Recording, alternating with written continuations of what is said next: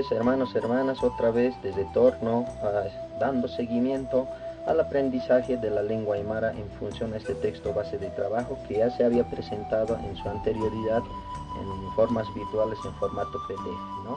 Hoy vamos a especificar referente al uso de la caracterización de la triptongación o hiatos principalmente que existe en el castellano. En cambio, en el aymara tal situación, tal fenómeno lingüístico no se registra por las siguientes razones, ¿no? Para eso vamos a especificar el uso del sonido W y el sonido de la Y, ¿no?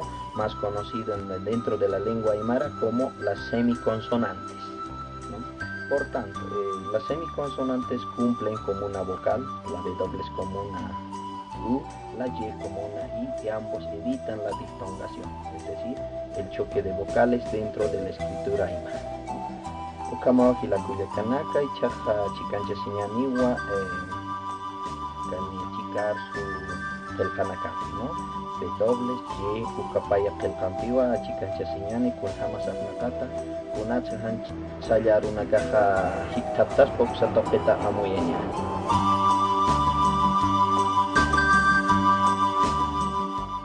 El fenómeno de la diftongación dentro de la lengua aymara no se registra específicamente, sino usa otro tipo de sonidos, las semiconsonantes W y Y, ¿no?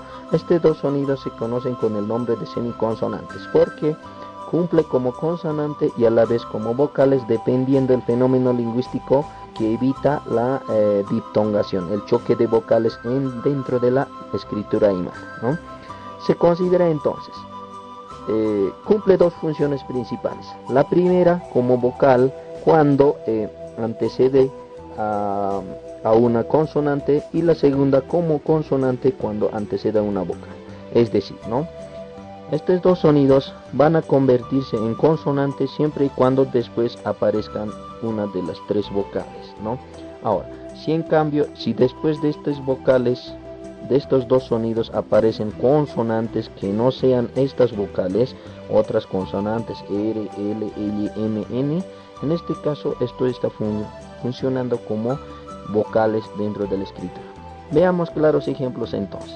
Acá tenemos, por ejemplo, huayna, ¿no? Huayna está acá, por ejemplo, la W como consonante porque antecede a una vocal, ¿no? Ahora en este caso podemos colocar sauca, que significa broma. En este momento la consonante W está funcionando en función de vocal porque antecede a una consonante, ¿no? Ahora en la Y podemos encontrar, por ejemplo, la palabra yoka. La Y está antecediendo a una vocal. Como aparece una vocal, esto está en función de consonante. Yoka significa hijo varón, ¿no? Ahora en el caso del Y podemos encontrar la palabra huayna, ¿no? En este momento la Y está antecediendo a una consonante, entonces este sonido está en función de vocal y a la vez está al lado de una vocal, ¿no? No puede ocurrir el fenómeno de escribir de esta forma, ¿no? Huayna. Claro que se entiende, pero en la escritura aymara no se puede especificar este fenómeno y es por eso que se usan las semiconsonantes W y Y para evitar, ¿no? Podemos encontrar otro ejemplo, por ejemplo, en este caso, uyiwa, esta Y está en función de vocal porque antecede a una consonante. En la W está en función de consonante en este momento, ¿no? Acá podemos encontrar, por ejemplo, otra palabra, jaya. La Y está en función de consonante porque al lado está una vocal. Ahora, ¿cuándo es que funciona como vocal la W? En otra, ¿no? Podemos encontrar en esta palabra, ¿no? Jausaña.